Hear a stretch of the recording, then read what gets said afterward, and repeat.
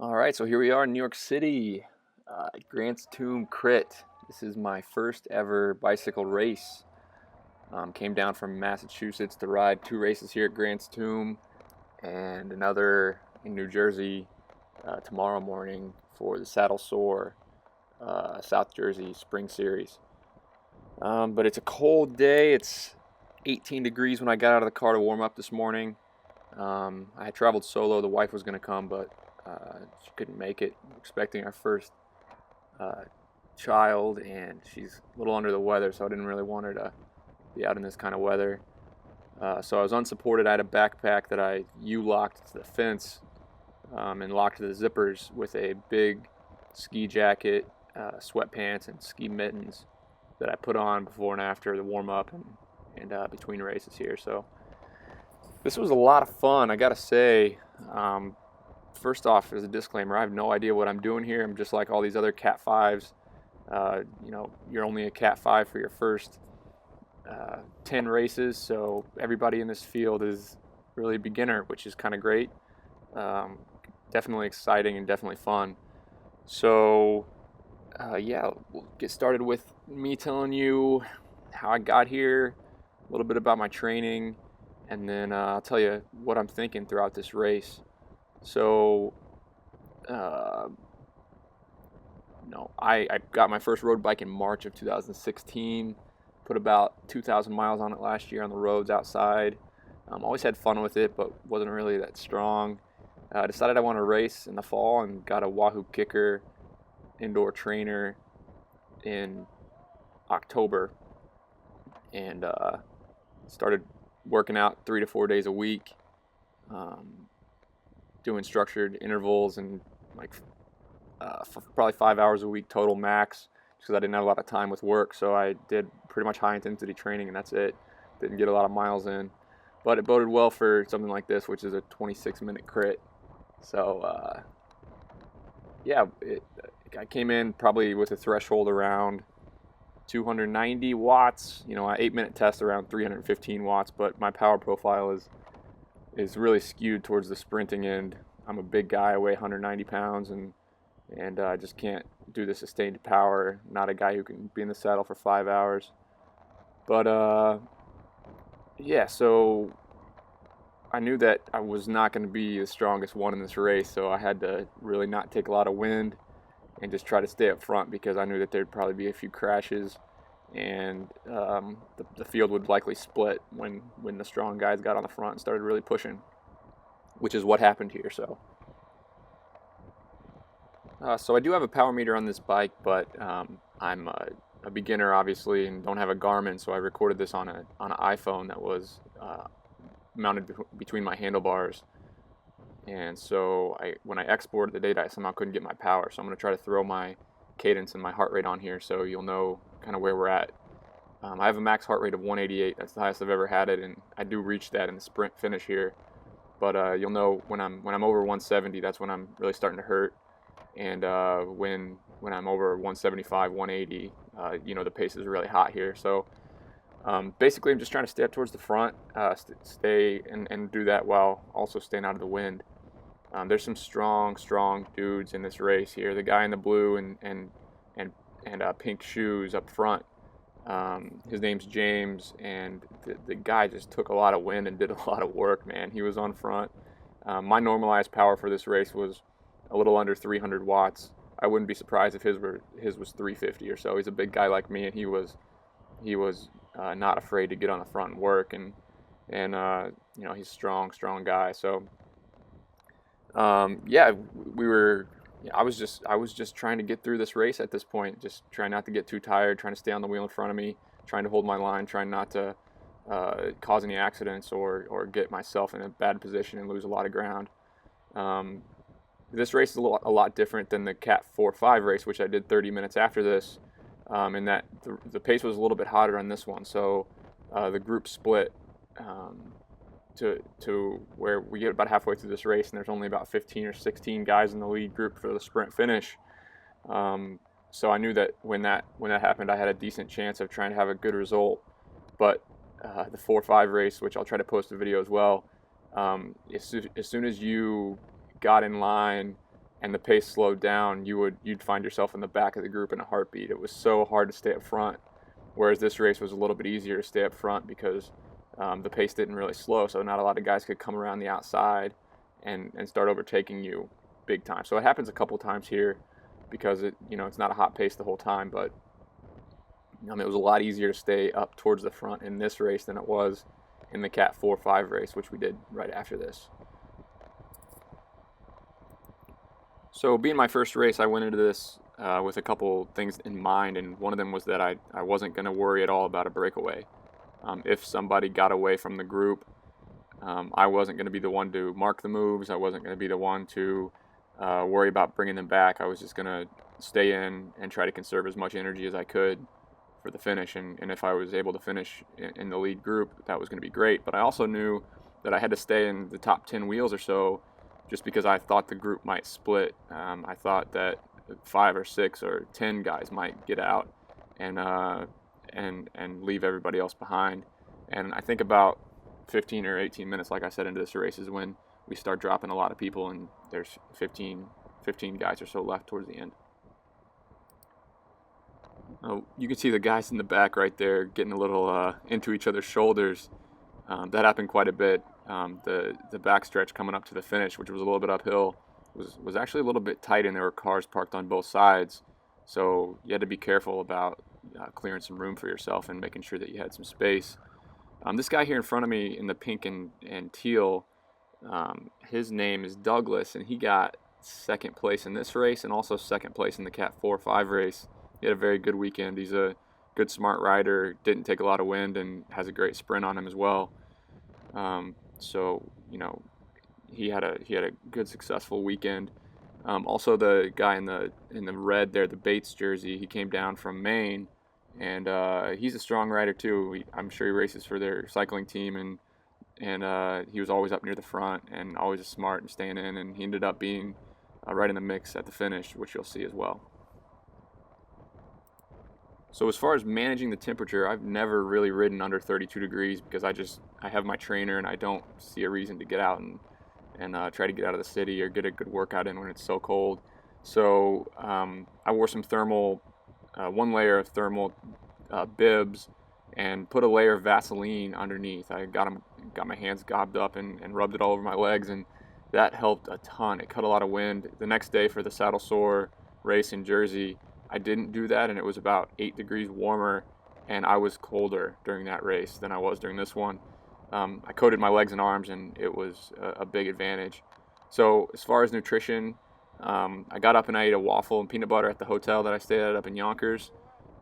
Here I go. I felt the pace slow down a little bit, and took 5 or 6 hard pedals and covered a lot of ground, which helped me stay up towards the front. So as far as my nutrition goes, I got up about 3 hours before the race, pretty early, about 5:15, 5:30, and went down and ate a hotel breakfast with a waffle and some peanut butter on it, and took 2 bananas for the road. Ate both bananas on the way to the race. About 40 minutes before the race, right before I started my warm-up, I got down a Cliff Bar and a lot of water. Didn't have any sugar liquid before this. But I did make sure I was getting down a lot of water the night before and the morning of when I was driving in. And right on the line, about 15 minutes before I went to the line, I drank 1 scoop of Inno Explode to get some caffeine in. And then I had an energy gel, right on the line with some water. And I had a water bottle on my bike, but I really shouldn't have. I didn't touch it, and it actually froze, so I couldn't drink from it anyway. But it was a 26-minute race. I just didn't need any water in this race. The next one, I wish I would have had it. I left both water bottles off as well, and I wish I'd have had it. So right there's a little climb on the course. Gets about 7% grade, and this is when I'm taking a little wind. I guess I had feeling pretty good there. I can't see my heart rate data like you can, but I decided to try to do a pull, I guess. So the guy right behind me, his name's Shannon.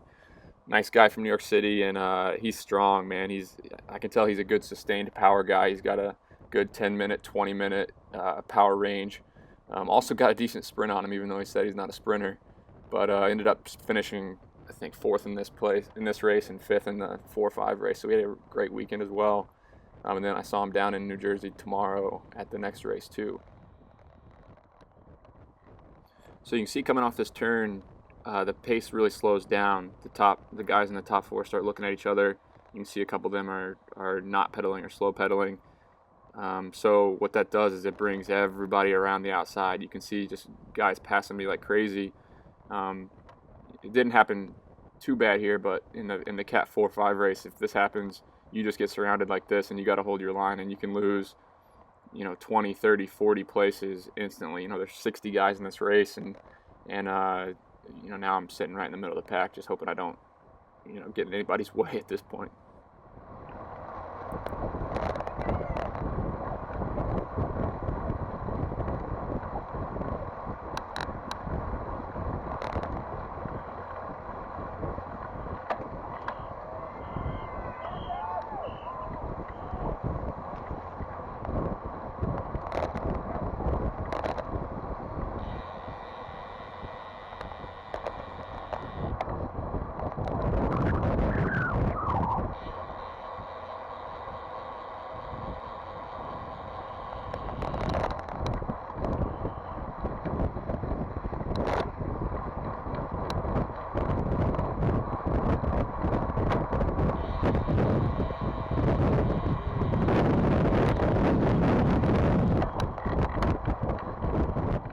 So this is when the pace starts to pick up here.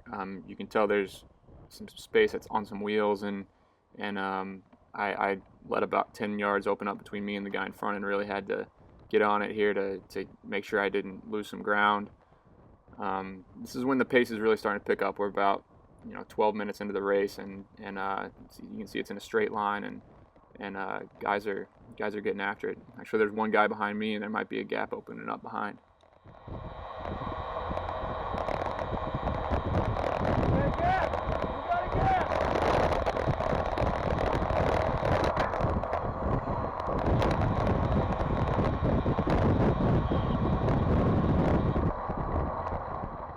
So you could hear me there. I was yelling that we had a little bit of a gap, and we were about to split the field. Trying to let these guys know this right now, actually, that we should keep working and open up a gap. So I get on the front and yell out and try to get some guys to work together a little bit so we can split the field here.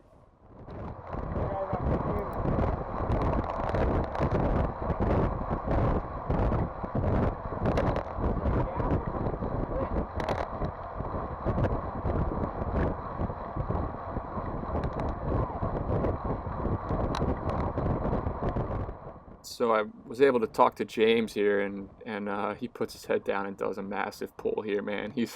I'm sitting second wheel and just doing everything I can to stay right on it. He is not messing around. I'm sure the field's in a straight line behind us. This guy's got some power. He's cranking.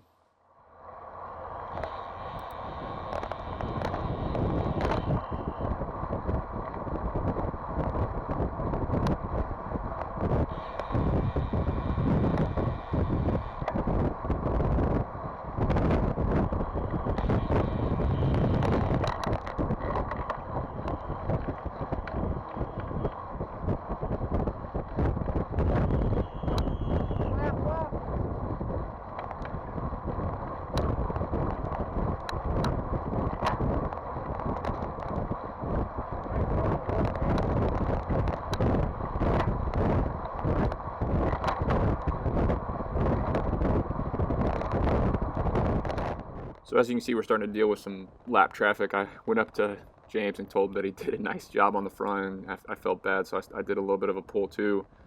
Before long, I'll flip my elbow here and get the guy around me. I didn't want to overdo it. Again, I was just happy to be in this front group at this point.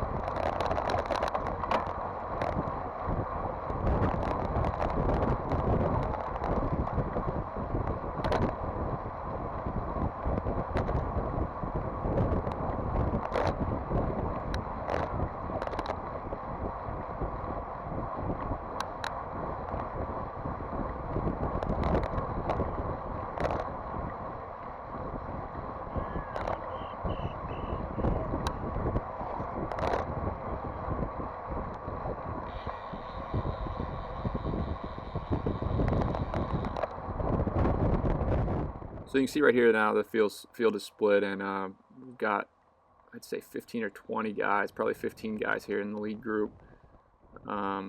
So that's good. I feel that the odds are a little better when you're racing 15 guys instead of 50.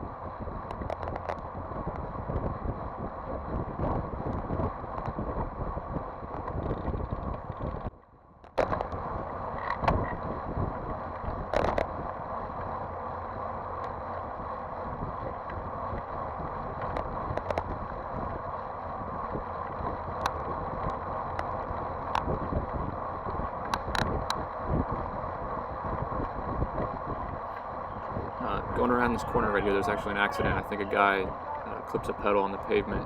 If you watch it right, this left turn right here.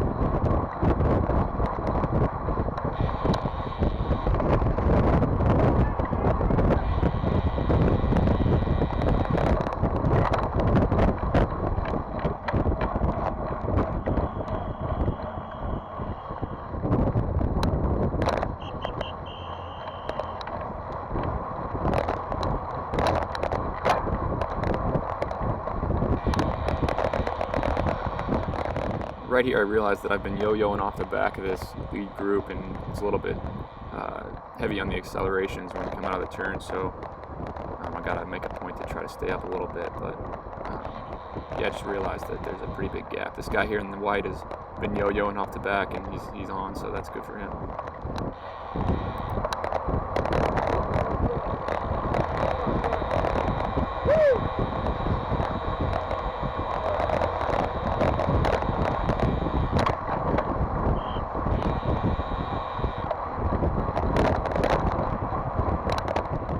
This is when the pace starts to pick up, and I realize that I just need to stay in, grab wheels tight, and stay out of the wind as much as possible and try to rest up.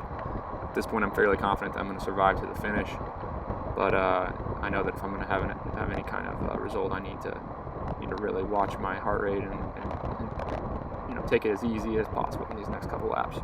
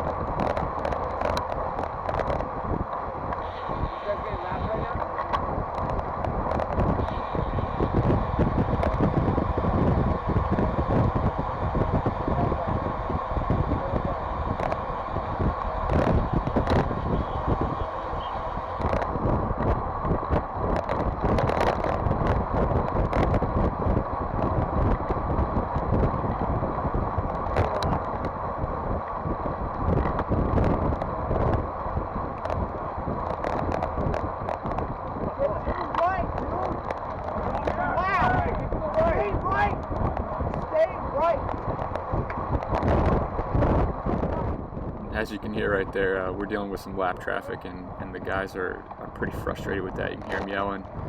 We're dodging up in and out of them, and now we're getting, the pace is hot and getting a couple breakaway attempts. Shannon just shut that one down there, which he does a lot, and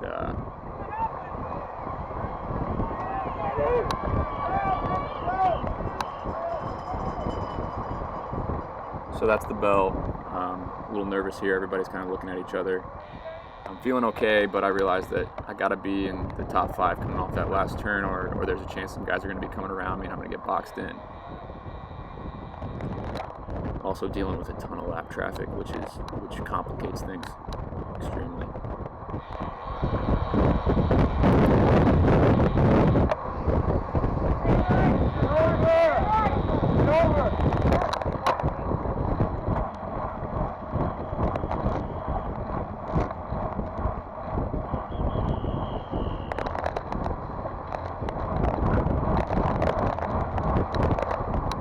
So I think I'm sitting 6th or 7th wheel right here.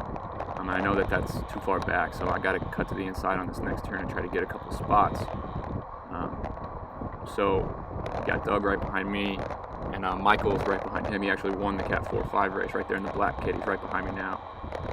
He's strong as hell, and he was a couple spots too far back leading up to the sprint, and he got boxed in when some guys came around him, which you'll see. So here I go to the inside to try to pick up a couple spots. I'm going to try to get right on Shannon's wheel here, and he's right behind Chris from Bates, who ends up making the jump. So here we're coming off the last turn, about 30 seconds to the finish. I'll just let you watch from here.